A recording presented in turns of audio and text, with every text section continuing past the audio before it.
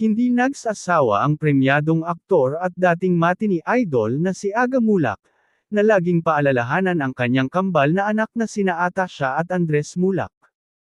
Ngayong pareho nang nasa mundo ng showbiz ang dalawang anak, ay talagang pinapayuhan niya ang mga ito upang magtagal sa pinili nilang career, at magkaroon din ng marka sa industriya na kinalakihan din niya. Ang advice ko sa kanila is trabaho yan, ha?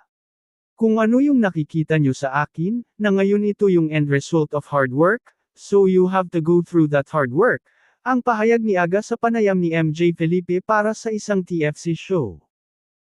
Patuloy na pagbabahagi ng award-winning actor at maituturing na ring icon sa entertainment industry, when you see all of this parang glamorized life, the good life, lahat yan that's all because of hard work, tears, lahat yan, so dadaanan nyo yan. Ang isa raw sa palagi niyang ipinaaalala kina Atasha at Andres, just always be the kindest person you can be, yun lang ang reminder ko sa kanila. Pagpapatuloy pa ni Aga, sabi ko huwag kayong mayabang, maging totoong tao kayo, maging tapat kayo at magtrabaho kayo, hanap buhay yan eh.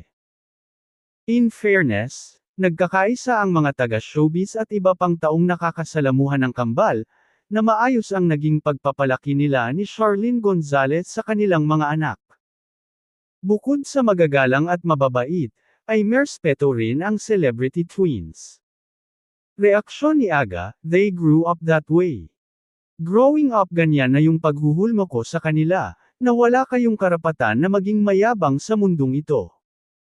Kailangan maging maayos kayo sa tao, maging mabait kayo parati. Ganun lang, so hanggang sa pag-aartista nila, naiintindihan na nila yon. Dagdag pang say ng aktor, my family is talagang we were quiet, tahimik lang ang buhay namin. We always kept it private as much as we can. The kids grew up that way also, kahit nasa limelight sila or kami, we've always kept it private, lahad pa ni Aga Mulak.